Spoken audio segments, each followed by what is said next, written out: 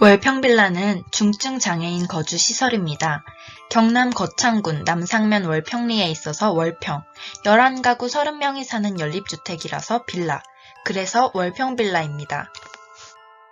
월평빌라 이야기 2집은 입주자를 직접 지원하는 생활재활교사의 일지에서 발췌하고 편집해서 엮은 책입니다.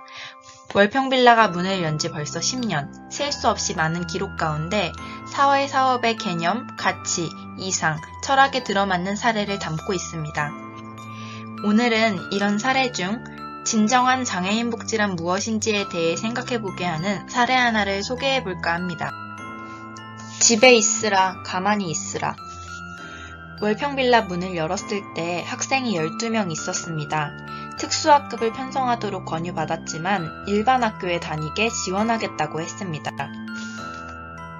사람들은 어리석다고 했습니다. 불편하고 수고스럽고 비용이 들고 불안하고 위험하다고 했습니다. 그도 그럴 것이 고도의 지원이 필요한 12명이 학교에 가려면 분주했습니다. 세수하고 채비하는 수고가 대단했습니다. 씻고 입고 먹는 것을 일일이 거들고 초, 중, 고 6곳에 등하교 했습니다. 그 수고와 비용을 학생과 직원이 감당해야 했죠. 시설 안에 특수학급을 두면 좀 낫겠죠. 휠체어에서 차로, 다시 차에서 휠체어로 옮겨 타는 수고 대신 3층 집에서 2층 학급으로 가면 그만일 테니까요. 그만큼 비용과 시간도 줄겠고요. 수고, 비용, 시간, 위험, 불안을 이유로 시설에 특수학급을 만들어 공부하라고 했습니다. 집에 있으라, 가만히 있으라 합니다.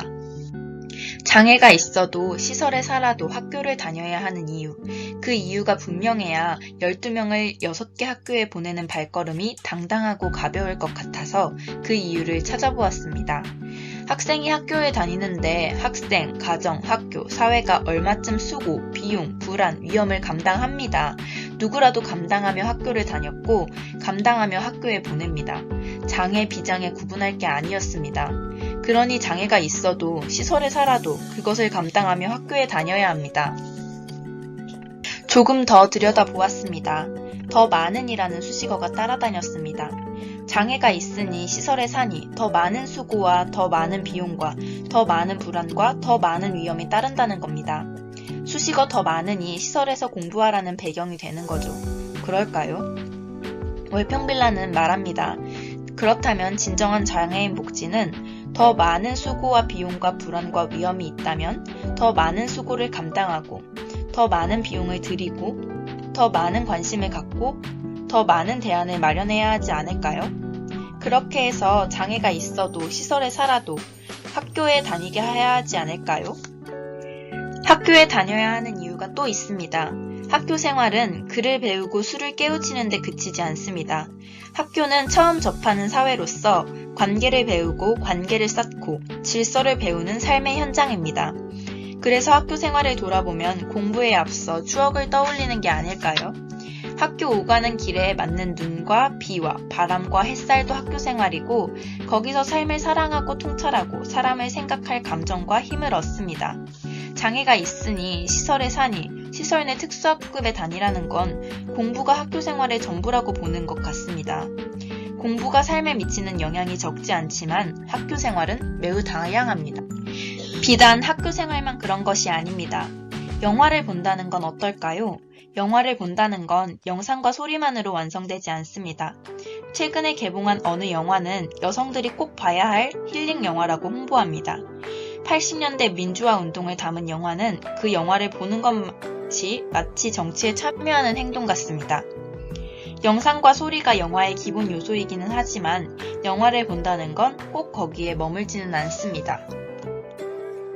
장애가 있으니 시설에 사니 집에 머무르라 합니다. 가만히 있으라 합니다.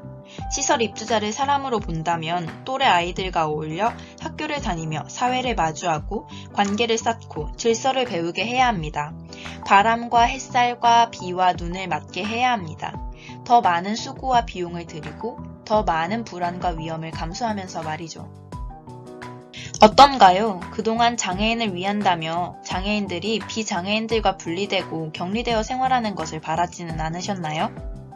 사회와 분리되고 격리하여 시설에서, 특수학급, 직장에서만 그들이 생활하도록 하는 것이 정말 장애인이 원하는 것인지, 우리가 편하려고 바라왔던 것인지 우리는 다시 한번 생각해 보아야 합니다.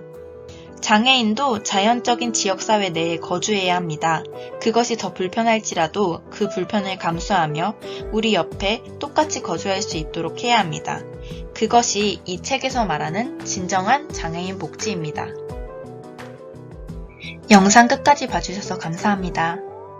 이 영상은 안산대학교 사회복지과 장애인복지론 수업의 과제물이며 푸른복지에서 출간한 월평빌라 이야기 2집의 내용을 참조하여 제작하였습니다.